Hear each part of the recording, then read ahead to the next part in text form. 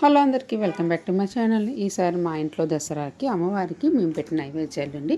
చక్కెర పొంగలి, పాకం గారెలు చేసాం, తర్వాత పులిహోర, కొమ్ము శనగలు, తర్వాత అటుకులు, బెల్లం, శనగపప్పు పెడతారు కదా అమ్మవారికి, అవి చేసామాట. నేను అన్నీ సింపుల్గా చూపించేసాను వీడియోలోనే, ఎందుకంటే అందరికీ అవన్నీ చేసుకోవడం వచ్చు కదా, ఎందుకు పెద్దలు ఎంత అవుతుంది వీడియో అని చెప్పి నేను సింపుల్గా చేసేసాను. నేను ఏ పద్ధతిలో చేశానో మీకు ఫుల్గా పెట్టండి. వీడియోని ఎక్కడ స్కిప్ చేయకుండా చూడండి. వీడియోని లైక్ చేయండి, షేర్ చేయండి. ఛానల్ ఎవరైనా ఫస్ట్ టైం చూస్తే సబ్స్క్రైబ్ చేయండి. ఎలా చేశానో ఒకసారి మీరు వీడియో మొత్తం చూడండి. ఇది చక్కెర పొంగల్ కోసం మా అమ్మగారు ముందుగానే పెసరపప్పు అన్నాన్ని ఉడకబెట్టి పాలు కూడా పోసారు. మళ్ళీ సరిపోలేదని పాలు పోసారు. చక్కెర పొంగల్ అండి. ఇప్పుడు బాగా ఉడికిన అన్నం పెసరపప్పులో ఇలా చిన్నగా ముక్కలు కోసుకున్న కొబ్బరికాయ ముక్కలు యాడ్ చేసుకోవాలి. ఇది ఒక చిన్న సైజు కొబ్బరికాయ, ఒక చిన్న సైజు కొబ్బరికాయ అయితే మనకు సరిపోతుంది. ఇలా చిన్న చిన్న ముక్కలు కోసుకుంటే మనకు తినడానికి కూడా బాగుంటుంది. ఇప్పుడు మొత్తం వేసుకొని ఒకసారి కలపాలి. ఇలా కలుపుకోవాలి. కలుపుకుంటే మొత్తం అన్ని కొబ్బరి ముక్కలు ఇందులో కలుస్తాయి. ఇది కొంచెం బాగా కొబ్బరి ముక్కలు కూడా కొంచెం వంగాక అప్పుడు ఇందులో షుగర్ యాడ్ చేద్దాం. ఈ చక్కెర పొంగల్లో ఇప్పుడు ఇందులో ఒక పావు షుగర్ యాడ్ చేసుకోవాలి. మళ్ళీ పావులో సగం మళ్ళీ యాడ్ చేసిన, అంటే 2 పావులు వేసినట్లాగా. ఎందుకంటే నేను 2 పాల ప్యాకెట్స్ యాడ్ చేశాను. ఇందులోని పెసరపప్పు, రైస్, కొబ్బరి ముక్కలు కలిపి ఇవన్నీ పావున్నర ఉంటాయి. అందుకని చెప్పేసి ఇది బాగా షుగర్ కరగాలి. ఇప్పుడు చక్కెర పొంగల్ కోసం నేను ఆల్రెడీ నెయ్యి వేసి పెట్టానండి గిన్నెలోనే. ఆ నెయ్యి వేడెక్కిన తర్వాత మనం జీడిపప్పులు, కిస్మిస్లు వేసుకొని బాగా వేగిన తర్వాత కొంచెం యాలకుల పొడి వేస్తున్నాను. అవి బాగా వేసి పెట్టుకున్న జీడిపప్పులు, కిస్మిస్లు వేసుకుంటే మనకి చక్కెర పొంగలి రెసిపీ రెడీ అయిపోతుంది అన్నమాట. నేను అన్నీ కొంచెం షార్ట్గా స్వీట్గా అన్నీ చేసేసాను వీడియో. ఇంకోసారి చక్కెర పొంగలి రెసిపీ ఇంకోసారి ఫుల్గా పెడతాను. నెక్స్ట్ పులిహోర కోసం, పులిహోర పోపు కోసం ఆవాలు యాడ్ చేసుకోవాలి. పల్లీలు,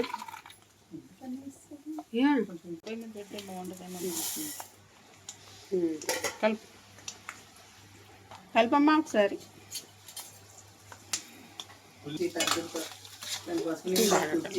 వేయమ్మా జీలకర్ర, ఎండుమిరపకాయలు వేయు, పచ్చిమిర్చి, కరివేపాకు, అల్లం, చింతపండు పుల్ల, కొంచెం పసుపు యాడ్ చేసుకోవాలి. రైస్లో వేసిన పసుపు సరిపోలేదు, అందుకే పసుపు యాడ్ చేసుకుని చింతపండు పులిహోర. ఈ చింతపండు మంచిగా నూనెని మనకి మంచిగా ముద్ద అవ్వాలి. ముద్ద అయిన తర్వాత మీకు ఇప్పుడు తయారు చేసుకున్నంతా ఇలా బాగా వేసుకొని కలుపుకోవాలి. మొత్తం ఫైనల్గా కలిపింది. ఫైనల్గా పులిహోర అయిపోయింది. దీన్ని ఒక తప్పాల్లో నెత్తిపెట్టేసుకున్నాం. ఇప్పుడు గారెల కోసం, పాకం గారెల కోసం పప్పు నానబెట్టుకొని ఒక 1 అవర్ నానబెట్టుకున్నాను. ఇప్పుడు ఇది వెట్ గ్రైండర్ వేసి మెత్తగా మనం గారెలకి పప్పు పెట్టుకోవాలి. ఈ అటుకులు, శనగపప్పు దేవుడికి పెడతారు కదా దేవిమాతకి, అందులో కొంచెం బెల్లం కలిపేసి కొంచెం బెల్లం వేస్తాం. బెల్లం యాడ్ చేస్తే కొంచెం బెల్లం యాడ్ చేసుకొని ఒకసారి బాగా కలుపుకోవాలి. కలుపుకుంటే మనకి అటుకులు, బెల్లం, శనగపప్పు ప్రసాదం రెడీ అయిపోతుంది. ఇవి కాబోలి శనగల్లోకి వేయడానికి ఆయిల్ బాగా వేడైన తర్వాత పోపు గింజలు, ఎండుమిరపకాయలు, పచ్చిమిరపకాయలు, కరివేపాకు వేసుకొని ముందు రోజు రాత్రి నానబెట్టుకున్న కాబోలి శనగల్ని ఒక 5 విజిల్స్ వేయించుకొని ఉడకబెట్టుకున్న తర్వాత కొంచెం ఉప్పు వేసుకుని ఉడకబెట్టుకోవాలి. తర్వాత ఇలా తాలింపు వేసేసుకుంటే మన కాబోలి శనగల ప్రసాదం కూడా రెడీ అయిపోతుంది అన్నమాట. పాకం గారెల కోసం గిన్నె పెట్టుకొని ఇప్పుడు ఇందులో 1/2 కేజీ బెల్లాన్ని యాడ్ చేస్తున్నాను. బెల్లం యాడ్ చేసుకోవాలి. పావు బెల్లం కొంచెం కరిగే వరకు వాటర్ యాడ్ చేసుకోవాలి. ఎందుకంటే మనకు పాకం రావాలి కదా, ఈ పాకం అంతా బాగా కరిగిపోవాలి. గారెల కోసం ఆయిల్ పెట్టేసుకున్నాం. ఆయిల్ బాగా వేడైపోయిన తర్వాత మనం గారెల్ని కొంచెం మరీ అంత మందంగా వేసుకోకూడదు, అలాగే పలాచగా వేసుకోకూడదు అన్నమాట. పాకం గారెలకి కొంచెం మీడియం సైజులోనే వేసుకోవాలి. మరి పలాచగా వేసుకున్న మనకి టేస్ట్ బాగోదు, మరీ లావుగా వేసుకున్న లోన ఉడకదు. ఇలా మీడియం సైజులో వేసుకొని మనం వేడి వేడి గారెలు చల్లటి పాకంలో వేయాలి. ఎప్పుడైనా 2 వేడిగా ఉండకూడదు. అందుకని పాకం ముందు తీసి పెట్టేసుకోవాలి. బెల్లం పాకం తీసి పెట్టేసుకుని బెల్లం పాకం అంతా చల్లగా అయిన తర్వాత వేడివేడి గారెలని పాకంలో వేసి ఇలా వేసి ఒకసారి ఇలా కలిపేసి తీసేసామనుకోండి, మనకి పాకం చాలా లోపల వరకు చాలా జ్యూసీ చాలా టేస్టీగా ఉంటాయి పాకం గారెలు. నేను ఫుల్ వీడియోని మళ్ళీ ఇంకా క్లారిటీగా ఇంకొకసారి పోస్ట్ చేస్తాను.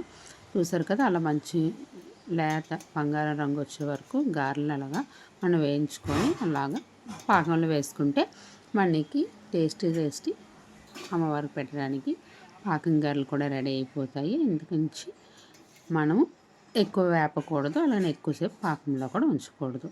నెక్స్ట్ తినేవన్న ఐటమ్స్ అన్నీ ఇలా ఒక అరటాకుని ఇలా కట్ చేసి పెట్టుకొని అందులో ఫస్ట్ చక్కెర పొంగల్ యాడ్ చేసుకుంటున్నాను. తర్వాత 2 పాకం గారెలు యాడ్ చేసుకుంటున్నాం అన్నమాట. తర్వాత కొంచెం కొమ్ము శనగలు. మేము ప్రతి సంవత్సరం చాలా ఇంకా ఎక్కువ వంటలు పెడతాము. ఈసారి అంత టైం లేక కొంచెమే ఒక 4 వంటల్లో పెట్టేసామాట.